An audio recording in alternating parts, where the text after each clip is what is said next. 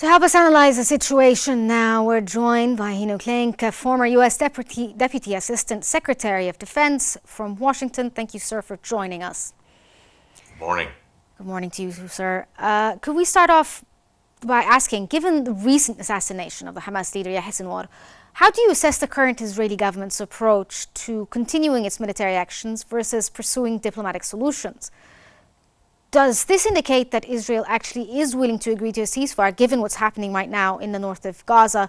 It doesn't seem like they're relenting or giving up, the ground operations. Well, it's my opinion that the elimination of the mastermind of the brutal terrorist attacks of October 7th is not just the ultimate objective that the Israelis have. It is certainly a victory for the Israelis, both operationally, but as well, but also psychologically. But I think the Israelis will continue to utilize the momentum they have gained militarily, whether it's against Hamas, Hezbollah, and other Iranian proxies, to continue to push the fight to eliminate any military threats, and particularly with respect to the Hezbollah threat in the north, so that Israelis can move back into their homes after their forced evacuation that's been ongoing for over a year now. Yes, but has the military objectives, actually the military ground operations, achieved anything in the last year when it comes to one of their main goals, which is, retrieving back the detainees in Gaza? In fact, military operations have led to the death of several of the Israeli detainees in Gaza.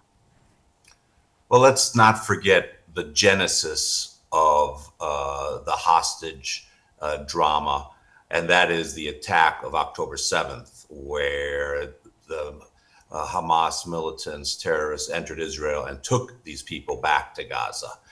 So let's not forget that. That is certainly a key Yes, and a but very important objective of Israel. I And understand let's that the remember that history of it, and Americans it's are been a Hamas year, as sir. well. I'm sorry for cutting you off there, but the point is, the Secretary of State, Antony Blinken, is here to negotiate things diplomatically. Wouldn't diplomacy achieve these goals better than, the continuation of, military operations? It's been a year. I would like to be hopeful, but there are a number of reasons why I don't think that there's going to be a ceasefire in the short run. First of all, as your introduction mentioned, Secretary Blinken has come to the region 11 times now in the last year and has been largely unsuccessful. What successes that have been accomplished through military force. Unfortunately, that has not resulted in Hamas releasing the remaining hostages. But why What would I'm they? hopeful for, if I may just finish, please, what I'm hopeful for is that with the elimination of Sinwar, that a new Hamas leadership will be open to negotiating the release of those hostages as a key tenet of a ceasefire.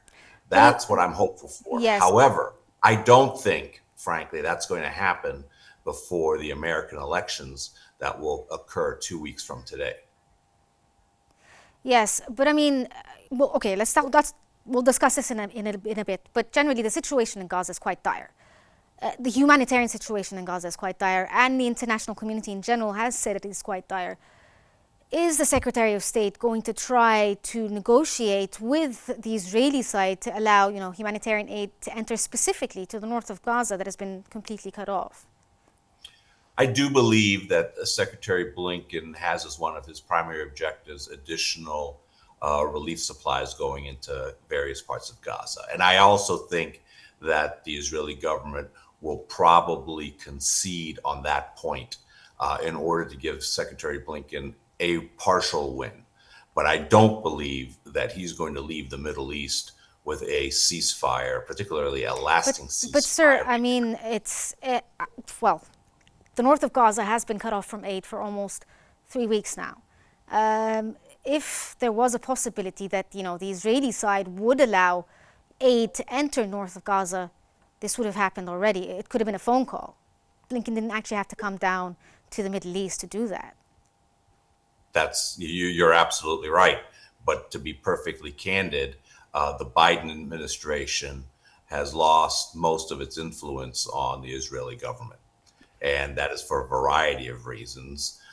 including putting what I would offer undue public pressure on the Israelis and giving them military advice that has proven to be inaccurate or wrong. For instance, going into Rafah, we've seen that from a military perspective, from an operational perspective, Israeli ground forces going into Rafah has been very successful, particularly if you think about the fact that that has allowed them to eliminate Sinwar last week.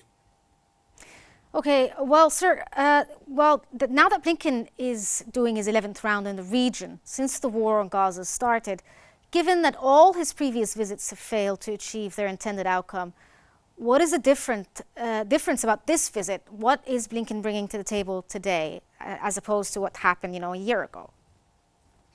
Well, there's a school of thought here in Washington and in other Western capitals that says that with the elimination of Sinwar, there should be a new opportunity, perhaps, to be able to convince both the Israeli leadership as well as the Hamas leadership to come to the negotiating table.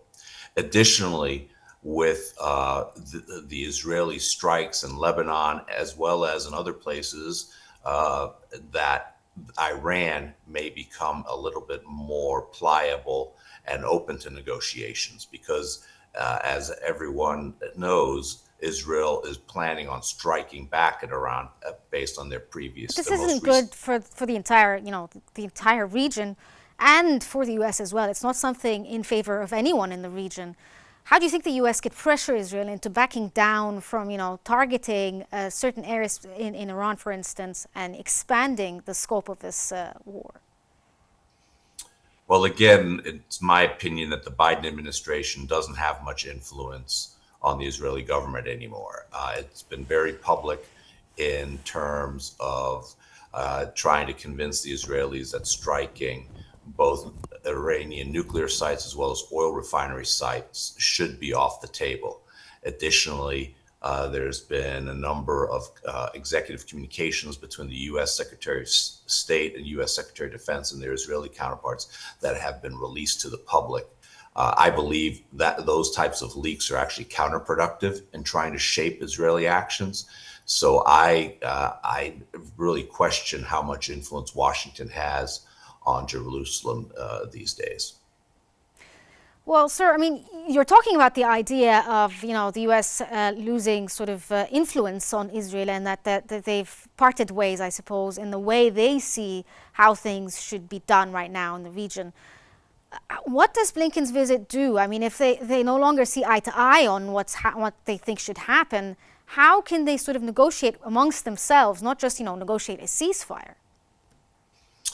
Again, I'm not particularly optimistic. I think the timing is based on both international developments. Again, the situation on the ground, most pointedly, the elimination of Sinwar as potentially offering an opportunity for ceasefire negotiations. Again, that's not my view, but that is a view that's being advocated here in Washington and other Western capitals. But I also believe there's an American domestic component to this, and that is our elections.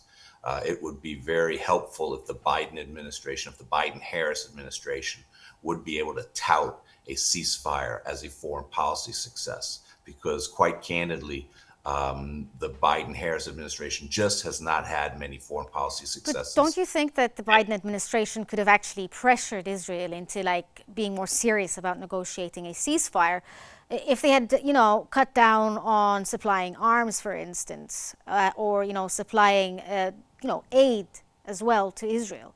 This could have been used, and this has been used in the past when it comes to Israel, not necessarily with the Biden administration, but this could be a tool that could be used by the U.S. Your statement is an accurate one. That tool has been used before in a variety of administrations over the last many decades. Yes. The Biden administration has certainly threatened or implied the possibility of that happening. It has not acted on that.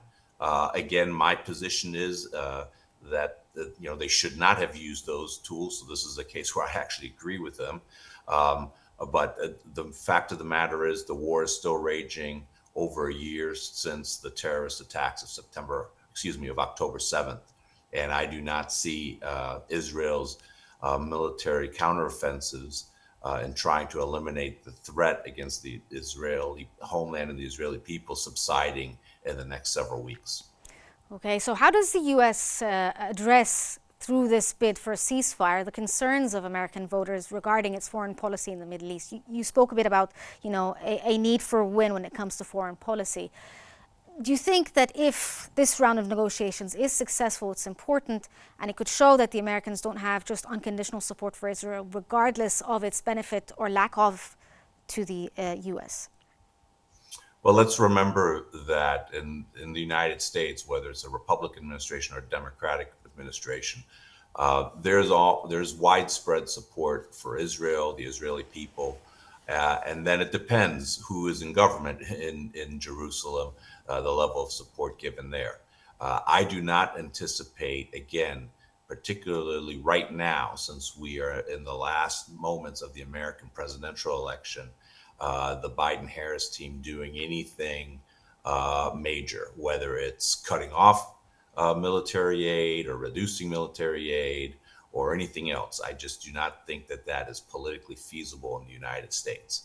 I think what will be interesting to see is what is the outcome of the United States presidential election, and what does that bode for future negotiations between Washington, Jerusalem, and the other parties? Because I think you'll see a change one way or another, whether it's a Harris administration or a Trump administration. There'll be a change. I apologize, but I have to cut you off there. I sort of get the gist of it, but we're out of time for this episode of In Depth. So thank you so much, Mr. Heino Klinck, former U.S. Deputy Assistant Secretary of Defense. Thank you for your insights.